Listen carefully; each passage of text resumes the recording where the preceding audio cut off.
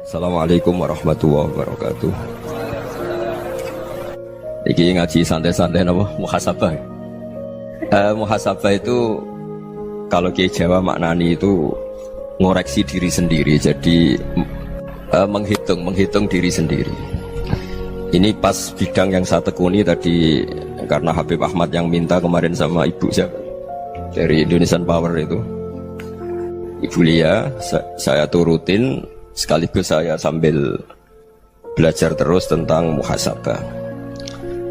Dalam konteks Indonesia, muhasabah itu sudah jadi perilaku ya. Karena dulu orang tua saya, guru-guru saya kalau ngandani itu, bayangkan kalau kamu jadi dia. Jadi misalnya kita mentang-mentang atasan, otoriter sama bawahan. Bayangkan kalau kamu jadi yang bawahan itu kayak apa? Laukun tamakanah, kalau orang Arab bilang, bayangkan kalau kamu di posisi dia. Makanya guyonannya orang-orang Indonesia itu kan orang ngaramkan judi gitu, bareng dikasih tahu. Tapi yang menang anak jenengan, alhamdulillah. Ternyata ngaramkan itu karena ada anaknya. Kalau anaknya yang menang ya seneng. Meskipun itu guyonan, tapi saya punya padanan itu dalam kitab Hikam. Nabi Ibrahim itu Khalilur Rahman, tentu bencinya minta ampun sama yang namanya maksiat. Suatu saat beliau diterbangkan di alam malakut. Itu kalau di Hikam saya halaman 15 juga. Saya masih ingat betul. Mungkin kalau Anda beda halaman karena beda cetakan. Setelah diterbangkan di alam malakut, diperlihatkan sama Allah. Ada orang pezina, ada orang syaribul khomri, ada orang mabuk, ada orang macam-macam. Allah tanya sama Nabi Ibrahim, bagaimana pendapat kamu Ibrahim tentang mereka yang maksiat? Kata Nabi Ibrahim, ya Allah, habisi saja mereka. Mereka hidup di bumi engkau, makan rezeki engkau, kemudian mereka tidak taat sama engkau. Singkat cerita, di fase itu, saya ulang lagi, di fase itu Allah nurutin sampai sekian peristiwa, mungkin 3 atau 4. Sudah, setelah sekian tahun Nabi Ibrahim lupa peristiwa itu, kemudian beliau diminta menyembelih anaknya. Ini versi kitab Hikam. Memang versinya banyak tentang kenapa Nabi Ibrahim disuruh menyembelih anaknya. Ketika mau menyembelih anaknya, Nabi Ibrahim ragu. Huwa samratu fuadi, anak saya ini buah hati saya, kenapa engkau suruh menyembelih? Terus kata Allah, apa kamu tidak ingat ketika kamu saya angkat di alam malakut, kemudian kamu usul bunuh-bunuh, saya tidak mempertimbangkan usul Anda, tapi kenapa sekarang saya merintahkan kamu mikir? Gitu. Terus, ya karena ini anak saya ya Allah. Terus kata Allah, rumang samu wong sing mata ini gak gawean kau sing gawe kowe enak wae usul mata ini. Sebenarnya saya yang bikin, kemudian Anda enak aja usul membunuh. Semenjak itu Nabi Ibrahim itu di eranya itu asfaqun nas, orang paling sayang sama manusia. Karena kadang kita keras itu ya kebetulan tuh udah anak kita, ada keluarga kita. Cara orang Jawa itu kan gitu ya, kalau ada perempuan terus macak yang macam-macam pakai sepeda motor cowok, terus wah itu luput suwuk, semoga-moga gini. Tapi setelah dikasih tahu, niku ponakane jenengan, semoga-moga selamat. Jadi jangan-jangan kemarin ahli ma'asi itu kebetulan tuh tidak keluarga kita. Kalau keluarga kita yang pernah salah pada kita, semangat kita mintakan maaf. Jangan-jangan kita didikte hukum sosial gitu. Jadi orang yang salah, kebetulan tuh orang yang menservis kita. Atau keluarga kita, atau orang dekat kita, jangan-jangan semangat kita mintakan ampun. Tapi kalau sama orang lain, kebetulan musuh kita semangatnya minta itu kena azab. Nah ini yang nggak boleh dalam Islam. Islam mengajarkan niru Rasulullah SAW, Nabi itu rahmatal lil alamin. Bahkan kemarin saya ngaji virtual sama beberapa habaib, ada Habib Ali Al-Jufri dari Mesir, ada Habib Alwi dari Kuitang, ada Habib Nabil Al-Musawa. Dari sekian habaib itu saya masih ingat diantaranya yang didawuhkan rahmatan lil alamin itu ketika Nabi adzahu qaumuh, disakiti oleh kaumnya, dan itu mereka masih kafir semua. Itu mereka dapat doanya Nabi, Allahumma hdi qaumi fa innahum la ya'lamun. Kayak apa baiknya Nabi, orang yang menyakiti, yang melukai, tapi Nabi masih berdoa, Allahumma hdi qaumi fa innahum la ya'lamun. Sayyidina Umar dapat doanya Nabi itu yakhina kana kafiran, ketika masih kafir didoakan, Allahumma aizzal Islam bi Umar. Itu ketika masih kafir. Itu pelajaran bagi kita bahwa yang sedang tidak cocok pun itu berdapat doa kita. Ya doa supaya kondisi kita baik. hari tambah baik. Karena agama ini saya berkali-kali bilang limangka nayarjuwa wal yaumal akhir. Agama ini diperuntukkan bagi yang selalu punya harapan pada Allah Subhanahu wa taala. Saya cerita muhasabah ini tentang hubungan kita dengan Allah. Di Indonesia itu banyak orang fasik, banyak orang nakal. Ya di mana-mana orang nakal itu ya mayoritas wa aksaruhum fasikun. Tapi berkahnya harapan. Mungkin saya kira nakal sok benda, mungkin saya kira sholat sok ben sholat, mungkin sekarang belum sakhok, belum dermawan, suatu saat dermawan. Barokahnya itu kefasikan ini dianggap sementara, sedang fasik, sedang tidak benar. Karena kiai-kiai kita, para guru-guru kita, para habaib utamanya itu mesti bilang semoga husnul khotimah. Nah barokahnya doa itu semoga husnul khotimah itu menjadikan satu pola sosial. Yang sedang fasik ini masih diharapkan jadi lebih baik, jadi lebih sehingga kita tidak ngambil sikap ekstrim yang ingin menghabisi atau ingin mengadili, tidak, karena selalu kita punya harapan. Dan agama ini limangka narjuwa wal yaumil akhir. Bayangkan itu kalau yang nakal itu anak kamu, pasti kamu nggak ingin kan langsung dapat azab, dapat apa. Padahal kita semua jadi tokoh ini abul kulli, bapak dari semuanya. Sehingga ketika Rasulullah SAW jalan-jalan kemudian melihat perempuan sedang menyalakan api. Kalau apinya mati ditiup, anaknya dijauhkan. Nanti kalau sudah jauh dari api, anaknya digendong lagi. Terus kata Rasulullah, matur ke semua sahabat, Aro'aitum anna hadih tarihatan waladaha alan nar. Apa kamu berpendapat bahwa perempuan ini akan melemparkan anaknya ke neraka? Tidak ya Rasulullah. Tidak akan seorang ibu melemparkan anaknya ke api. Terus kata Rasulullah, Allahu arhamu min hadih biwaladiha. Allah lebih rahman, lebih rahim dibanding orang tua ini kepada anaknya. Ini yang harus kita kenalkan terus, kita kampanyakan terus, supaya orang hubungannya dengan Allah itu nyaman, asik. Sehingga dengan demikian selalu ada harapan bahwa yang sedang nakal ini suatu saat tobat. Kita tidak boleh menghukumi pasti begini, pasti gini, itu tidak wilayah kita. Itu juga yang dicontohkan Rasulullah SAW. Secara lahir Nabi itu nggak berkenan sama Wahsy, karena Wahsy itu salahnya salah fatal, karena membunuh ahabban nasi ila Rasulillah, yaitu membunuh Sayyid Hamzah. Jadi ketika Wahsy tobat, Nabi itu nerima tobatnya. Dan ketika beliau dengan basariyahnya nggak siap ketemu Wahsy karena harus ingat Sayyid Hamzah, basariyahnya diturutin. Oke, kamu iman, saya turutin, tapi jangan sering ketemu saya. Karena kalau ketemu kamu, saya masih ingat sama paman saya, Sayyid Hamzah. Kita bisa ngelola seperti itu. Kita tidak cocok sama orang, bagaimanapun mereka umat Rasulullah SAW, kita tetap mencintai mereka. Misalnya kalau beda agama, mereka sama-sama orang Indonesia, kita mencintai mereka atas nama warga Indonesia. Tapi kalau misalnya potongannya ora cocok, beda kultur, bawaannya itu mangkel no coro Jawa, ya bisa diilmoni, jangan ketemu. Wong sudah tidak cocok, ingin ketemu nyari solusi. Roh ini tok seneng itu kan ya repot gitu. Ya sudah, kalau nggak pati cocok ya jangan sering ketemu. Dan itu kita bisa memanage seperti itu tuh bisa. Saya berkali-kali cerita tentang Imam Syafi'i. Kalau dikasih tahu ya Imam Abu Abdillah, panggilannya Imam Syafi'i, tetangga anda ini ternyata banyak yang nggak senang anda. Jawabnya beliau senang. Ya bagus kalau nggak senang saya, ndak utang saya katanya. Jadi gara-gara saman seneng aku ngatur aku ini kan. Dan mungkin saman rasa seneng kan ya enak. Jadi hidup itu dianggap happy. Kalau seneng ya teman silaturahim, kalau nggak seneng ya nggak bakal utang gitu. Baru kayak rasa seneng itu nggak ganggu. Gitu. Jadi dulu itu orang bisa ngelola seneng tidak seneng itu bisa. Karena ada kearifan hubungan dengan Allah Subhanahu wa taala. Hidupnya selesai karena masyghul bi dzikrillah, mereka sibuk dengan Allah. Makanya kata ulama-ulama tasawuf, kamu jangan melihat manusia perilakunya, tapi kamu juga harus ingat yang gerakkan semua itu Allah Subhanahu wa taala. Dengan demikian kita farah, kita senang. Makanya Nabi kalau ngutus Anas bin Malik kemudian nggak kesampaian yang diinginkan karena Anas main. Ketika garwa-garwani Nabi agak tersinggung, Nabi andaikan Allah menghendaki yang saya inginkan kesampaian, pasti itu kesampaian. Jadi dianggap kegagalan Anas gak manggil yang dituju Nabi itu ya kersane Allah, ya enteng saja. Sayyidina Ali lebih parah lagi yang dialamin. Itu dalam beliau kalau dipanggil itu gak cepet-cepet ke sana. Ketika ditanya, kenapa kamu tak panggil gak cepet ke saya? Amin tu ukubatak, karena aku tahu engkau orang baik. Orang baik itu pemaaf.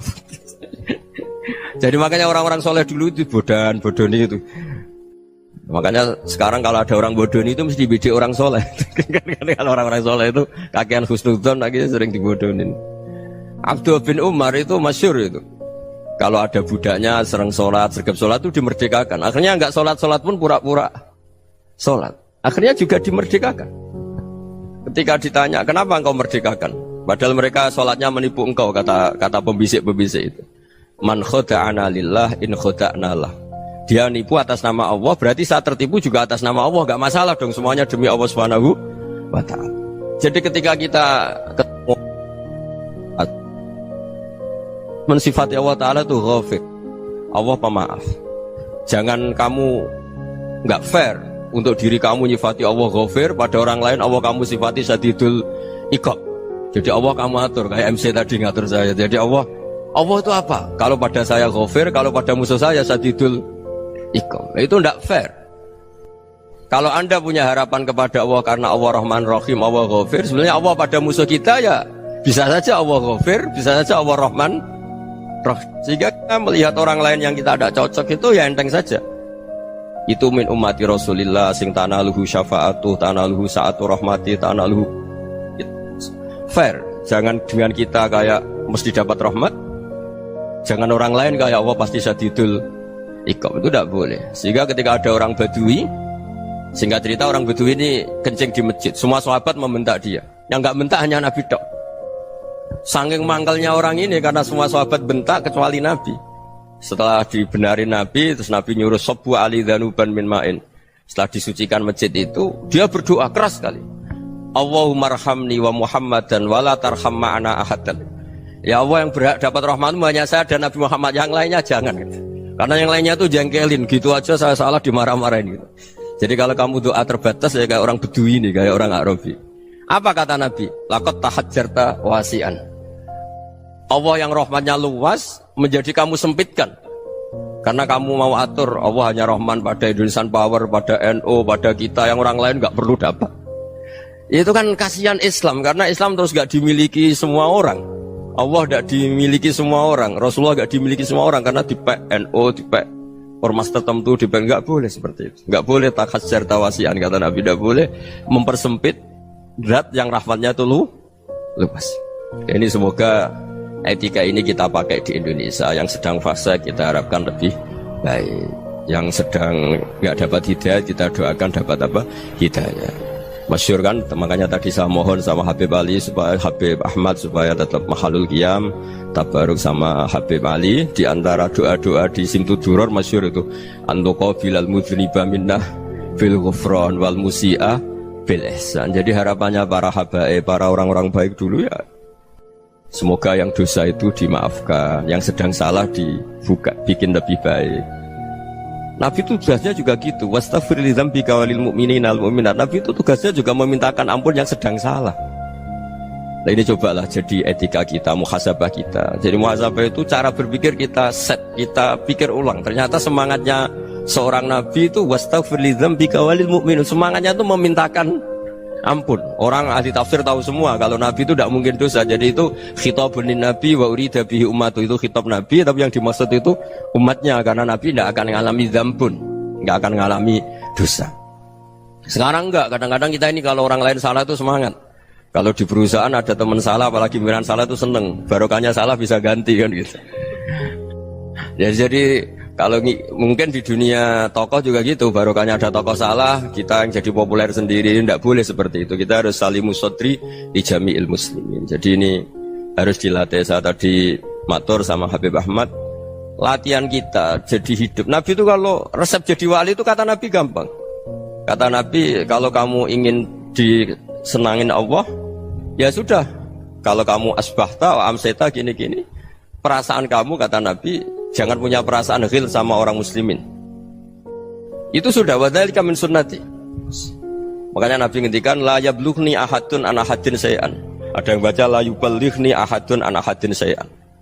Seseorang jangan melaporkan ke saya tentang salahnya yang lain. Fa inni akhruju ilaikum wa ana salimus sadri. Karena saya ingin ketemu sampean semua dalam keadaan salimus sadri, tidak punya perasaan apa-apa.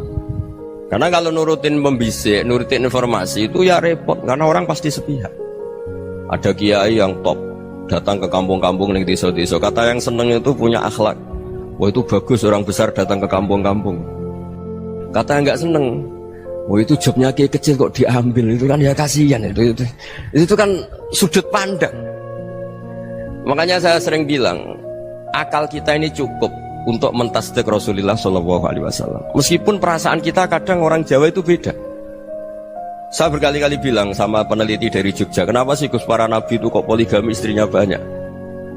Nabi Dawud katanya itu berapa? Nabi Sulaiman malah jumlahnya agak terbatas ini. Nabi Muhammad itu paling sedikit. Saya tanya gini, perempuan itu orang lemah, jadi kalau nolong orang satu gimana baik, kalau nolong orang dua ya lebih baik, ya sudah kira-kira seperti itu. Paling tidak akal kita masih tahu kalau orang baik itu kan mesti baik, nolong orang satu baik, nolong orang dua ya lebih baik, nolong orang tiga lebih baik. Tapi kalau kamu orang nggak baik, satu saja kamu terlantarin, kamu miskinkan, kamu ya tinggal diukur kan. Kalau orang baik nambah baik, tapi kalau orang buruk tambah buruk. Nah itu akal. Akal kita bisa menganalisis kenapa sih nikah itu ada yang poligami, ada yang enggak. Sudah ukur saja diri kamu. Misalnya kayak saya elek keriting, rabi terus, memperbanyak wong elek. Orang perilaku netok raine dadi elek kabeh. Gitu. Tapi nak kowe ku ganteng, alim, ganteng, sugih. Anake ganteng-ganteng, berhubung kowe saleh ahli swarga kabeh. Mertua yo bangga karena karir kamu meyakinkan. Ini mertua kamu aja gak bangga mau nambah. Ipar gak bangga, mertua gak bangga, desa kamu yang kamu wayai juga gak beda dengan Nabi ketika nikah Juwairiyah itu gak ada pernikahan sebarokah Nabi dengan Juwairiyah itu Azharu Rasulillah. Di situ habis perang banyak tawanan gara-gara jadi besanya Nabi langsung dibebaskan semua karena Azharu Rasulillah. Sekarang besanya Kanjeng Nabi. Dulu Abu Sufyan memangkalnya bukan main sama Nabi gara-gara putrinya dinikah terus langsung jadi. Kalau kamu kan enggak, nikah satu, nikah lagi, satu kampung musuh kamu karena istri pertama ya cemburu, yang kedua agak bangga. Wah itu selesai itu di dunia wal akhirah. Maksud saya nganalisis Islam itu harus pakai akal. Dan akal yang dipakai, ini saya bawa ke kitab Ihya, adalah pikiran-pikiran para ulama.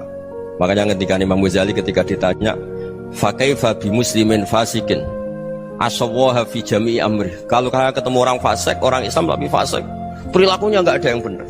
Kata Imam Ghazali jawabnya lucu, aneh. Ma min muslimin illa wa islamuhu ta'ah. Tidak ada orang Islam kecuali dia mau Islam, membenarkan Allah dan Rasul itu sudah taatnya dia. Kok kamu tidak bisa melihat taatnya dia?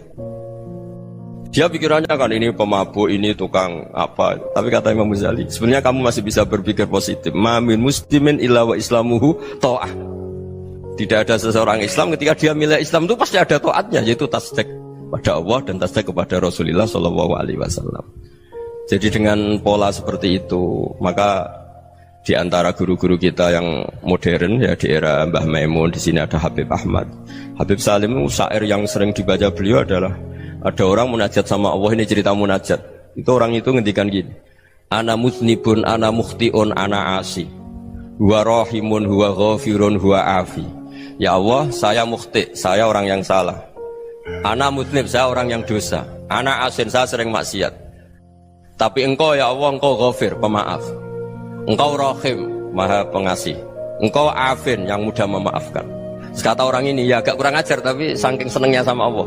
Qobal tuhunna salasatan bisalasat. Ya gini saja ya Allah, sifat engkau diadu dengan sifat saya. Engkau Tuhan, Gusti, nggak boleh kalah katanya. Terus wasatahliban ausofu ausofi, dan engkau pasti pemenangnya gitu. Jadi ada orang rayu Allah dengan cara seperti itu ya ada ya. Saya ini manusia, salah saya banyak. Engkau ampunannya banyak. Engkau Tuhan, Gusti, nggak boleh ampunan Anda, ampunan engkau kalah dengan salah saya. Nggak boleh Tuhan kok kalah. Jadi untuk supaya orang punya harapan gitu. Banyak juga wali-wali yang jadab ketika datang ke makam Rasulullah SAW. Itu kalau dongo ya agak kacau sebetulnya, cara syariat agak kacau. Ya Allah, engkau punya dua pilihan. Jika engkau menjadikan saya soleh, surah habibu, yang senang kekasihmu, yaitu Rasulullah SAW. Tapi jika engkau menjadikan saya fasik, surah aduh, yang senang itu setan. Monggo jenengan mau menyenangkan kekasih jenengan, mau menyenangkan musuh jenengan, monggo jenengan bebas kok memilih. Mestinya Allah ya senang menyenangkan kekasihnya. Jadi ya, intinya Allah dipaksa untuk menjadikan dia orang soleh gitu. Jadi kayak kemarin itu Pak Gus siapa yang kesini itu kuliah ke sini itu sama Habib Ahmad. Saya pertama nggak mau, lama-lama Habib Ahmad. Ini gimana Gus? Orang taunya saya dekat jenengan, kalau nggak kasil saya waduh. Ini kayak doanya wali yang tadi. Nggak punya pilihan, nggak ada pilihan. Ini. Jadi saya mohon muhasabah itu dimulai cara berpikir. Makanya di sini sebetulnya tag ini supaya dapat barokahnya Ihya. Ini kitab yang disenangi para habaib, para ulama. Sebetulnya tag di muhasabah itu redaksinya gini ya, yang lengkap. Hasibu anfusakum qabla an tuhasabu wa zinuha qabla an tuzanu wa tahayya'u lil ardil akbar. Jadi ada kata wazinu, jadi ukur. Perilaku Anda ini diukur, ditakar. Misalnya kita sebagai suami kan ya punya hal-hal yang kita tidak ideal. Corong Jawa mesti pesek, cara rezeki ya pas-pasan ya. Dan kita juga kalau makanya agak boleh tanya istri begini, apa saat cinta pertama Anda? Pasti Anda kecewa. Orang jadi istri hanya korban terakhir itu. Sudah. Karena orang kalau ngelamar kemana-mana gak jadi, yang jadi istri itu pasti korban terakhir itu. Jarang istri pilihan pertama, jarang. Ayo semua yang nikah. Rata-rata itu pilihan Anda pertama Pak, dari sekian ditolak di mana-mana terus. Ya perempuan terakhir.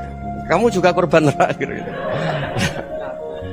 Itu wali-wali dulu kalau ngandani kita itu sederhana. Antal ini masyhur diceritakan Habib Zain bin Semit dalam kitab Al-Manhajus Sawi. Antalam tajid min nafsika kullama turid. Fa kaifa turidu min ghairika kullama turid.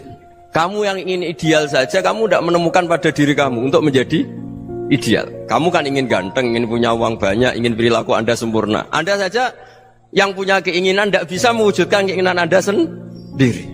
Fakaifa turidu min ghairika ma turid. Jadi antalam tajid min nafsika kullama turid. Fakaifa turidu min ghairika kullama turid. Kamu yang punya keinginan saja. Misalnya saya ingin punya uang banyak, perilaku saya selalu benar, gak pernah salah. Loh, saya yang ingin saja dengan diri saya gak bisa untuk benar terus. Kok kamu berharap orang lain selalu benar? Jadi antalam tajid ya sama. Kalau kamu menuntut istri kamu itu ramah, neriman, apa kamu neriman sama wajah istri Anda gitu? Engkau ya pola neng dindi jajaki sana jajaki sini, kamu sendiri tidak tahu apa. Jadi itu nasihat yang luar biasa. Antalam tajid min nafsika kullama turid, fa kaifa turidu min ghairika kullama turid. Kamu mau menghormati semua orang? Tidak mau kan? Kemudian Anda berharap semua orang menghormati kamu. Kamu tidak ingin kan orang lain semua menghujat kamu. Sementara kamu enak aja menghujat orang lain. Makanya Rasulullah SAW luar biasa ketika bikin kaidah sosial. Apa la yu'minu ahadukum hatta yuhibba li akhihi ma yuhibbu li nafsihi. Jadi kalau ukuran iman itu sederhana. Kalau sesuatu itu baik, nyaman bagi Anda ya bayangkan itu pada teman Anda. Misalnya Anda bangun tidur sudah acak-acakan, gak punya uang, utang jatuh tempo, kan gak ingin ketemu orang. Ya kamu jangan bertamu ke jenis ini, karena dengan kamu yang alami juga gak siap ketemu orang. Makanya ada Habib Alim itu dilapuri sama seseorang. Beb, dulu teman saya itu ketika saya kaya itu sering main ke saya. Setelah saya miskin, mereka tidak main ke saya. Kata Habib itu bagus, sunnah Allah begitu itu bagus. Coba kalau kamu dulu kaya, teman kamu main kan kamu gaya, di rumah ada makanan, bisa hormat tamu. Setelah kamu miskin jadi buruh manol di pasar atau buruh bikin boto, teman kamu datang, malu enggak kamu? Mendingan enggak datang gitu. Akhirnya baru, oh ya alhamdulillah kalau gitu. Loh iya kan dulu teman kita datang, kita ada Alphard, istri cantik, rumah bagus. Lah kita miskin, buruhnya orang pas dibentak-bentak, teman kamu udah datang. Milih datang apa enggak kalau setelah kamu jatuh? Enggak kan? Jadi barokahnya ilmu itu terus. Ya, tapi kadang-kadang orang tuh, wah setelah saya miskin teman-teman enggak kasih ke sini. Ya kalau kamu sudah jatuh, teman-teman kamu situ jadi tontonan. Ya mulai sekarang cara berpikir itu dirubah. Dulu yang namanya kiai itu kalau diundang orang itu ya agak-agak senang. Semenjak saya itu agak rubah. Ngundang kiai, ngatur kiai itu tak haram-haramkan ya ada lumayan lah, sekarang itu sudah mulai agak beretika. Dulu itu ngundang tuh tanggalnya ditentukan, jamnya ditentukan, enggak mikir apa kiai saat itu nganggur, enggak. Punya wadifah, enggak. Dia milih tanggal yang dia nganggur, enggak mikir pas itu kiainya nganggur apa, enggak. Ya saya hanya cerita aja, kamu tersinggung ya monggo, boten ya monggo itu kan. Jadi saya mohonlah supaya tadi saya juga matur ke Habib Ahmad. Jadi untuk orang merasa ikut sunnah Rasul itu gampang sekali kata Sayyid Muhammad. Dulu Nabi berpakaian ala daerahnya. Kalau mikot ya pakai mikotu baladi. Karena Nabi orang Madinah dan beliau berdomisili di Madinah ya misalnya mikotnya dari Bir Ali misalnya. Tapi kalau anda orang kawasan Tanim mau umroh ya dari Tanim. Misalnya kawasan Jirona ya dari Jirona. Artinya apa? Kamu ngambil mikot karena Nabi mikot misalnya dari Bir Ali, bukan berarti kamu harus seperti Nabi di Bir Ali. Kamu orang Mekah, misalnya kamu orang Tanim, orang ya harus dari mikot itu apa? Baladi. Sama, makanya di fikih-fikih itu kalau tahnik anak, Nabi orang Arab, halawiyatnya kurma ya kurma. Kalau orang Jawa sedegan, semua bodoh-bodoh. Ya bodoh-bodoh manis. Jadi ini tabaruk sama Sayyid Muhammad, ini ada murid beliau Habib Ahmad, saya baca supaya orang itu merasa ikut Nabi itu gampang sekali. Ini saya baca ya di halaman tadi disaksikan Habib Ahmad 433 di kitab apa begini? Manhajus Salaf fi Fahmin Nusus. Itu kata Sayyid Muhammad wa kanat sunnatu Rasulillah annahu yat'amu ma yajiduhu fi ardi wa yalbasu ma yajidu wa yarkabu ma yajidu mimma abahu Allah taala. Faman istamala ma yajiduhu fi ardi fa huwa al-muttabi' lis sunnah. Kama anau hajjal beta min madinati faman hajjal beta min madinati nafsih fa huwa al-muttabi' li sunnah wa illam takun hadhil madinatu tilka. Jadi intinya misalnya Nabi dulu itu ngasih sedekah kepada fakir miskin ya pakai dinar dirham. Ya kalau orang misalnya sedekah pakai rupiah ya sudah ikut sunnah Nabi. Jangan lu Nabi pakai dinar loh, kamu kok pakai rupiah. Dulu dinarnya Nabi udah ada tulisannya Bank Indonesia, kamu kok ada tulisannya Bank. Ya tidak ada seperti itu. Ya jadi misalnya Nabi sedekah pakai tamar atau pakai al-aqid, ya kita pakai beras, pakai apa supaya orang tuh bahwa Rasulullah itu milik kafatal linnas, milik semuanya, sehingga merasa ikut sunnah Nabi itu ya semuanya. Makanya dulu Mbah Mun kalau motivasi saya supaya bombong, kalau orang Jawa bilang bombong, wong Jawa mesti ono wong alim. Beliau menyontohkan mas itu Mbah Fadol, Senori, Mbah Ihsan Jambes itu bisa ngarang-ngarang kitab luar biasa, padahal beliau bukan orang Arab. Imam Sibawai itu orang Persia, Imam Ghazali orang Tus itu juga ikut Persia.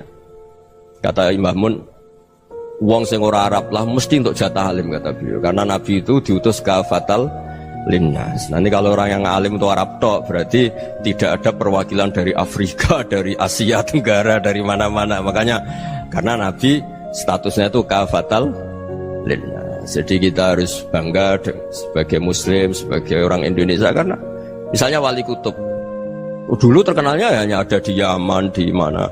Ternyata pernah ada juga di Indonesia, dan seperti Habib Abu Bakar Segaf Gresik. Jadi ya artinya kan tetap orang Indonesia, meskipun beliau dzurriyyah Rasul kan ya sudah orang apa? Orang Indonesia. Dzurriyyahnya Habib Ali Simtuduror sekarang di Solo. Jadi Indonesia juga dapat Alawin banyak, dari Sadatin Al-Alawin juga banyak. Jadi saya mohon barokahnya ngaji seperti ini. Melihat orang lain tuh gampang, bayangkan tuh kalau anak kamu. Makanya Nabi, nanti kalau nggak percaya lihat di Hikam nomor 15 di kitab saya itu. Di situ dijelaskan oleh Hikam, jangan-jangan semangat Anda pada orang yang maksiat, pada orang yang keliru supaya dihukum itu karena kebetulan itu udah anak Anda, itu udah keluarga Anda. Coba kalau itu keluarga Anda. Makanya kalau saya guyonan di Jogja itu, ada pembantu mecahkan piring terus dimarahi majikannya, saya mesti guyon gitu, pasti itu pembantunya tidak cantik. Kok bisa Gus? Andai kan cantik dan kamu senang mecahno piring satu, piring 1000 ora iso ngamuk kowe. Ternyata ngamuknya tuh karena mecahkan piring apa karena plus tidak cantik? Coba jawab para lelaki nih. Kamu marah sama orang maksiat tuh karena maksiat, karena plus itu udah anak Anda. Bayangkan kalau itu anak Anda. Itu hebatnya Rasulullah SAW. Karena kita yang salah pun kadung umatnya, Nabi tetap ngasih fasilitas syafaati li ahlil kabair min ummati. Kayak apa baiknya Nabi?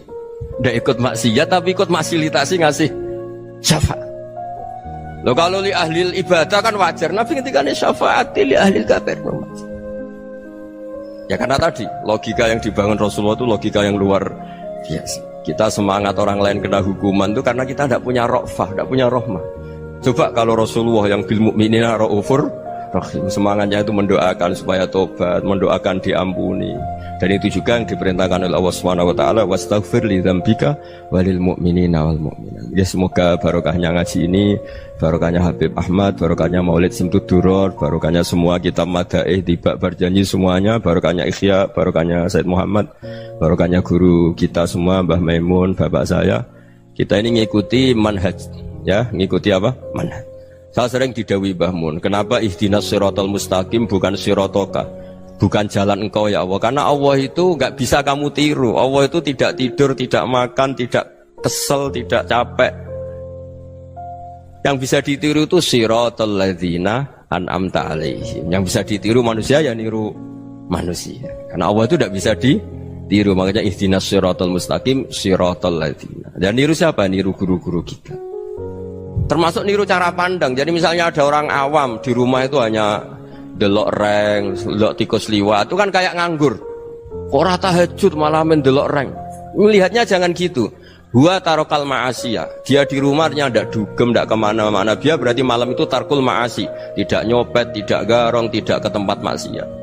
Susahnya apa sih husnudzon? Jadi jangan lihat huwa tarkut tahajud, huwa tarokat tahajud, wa taroka qiyamal lail. Oke ya, namanya orang begitu ya tidak tahajud, tidak qiyamul lail.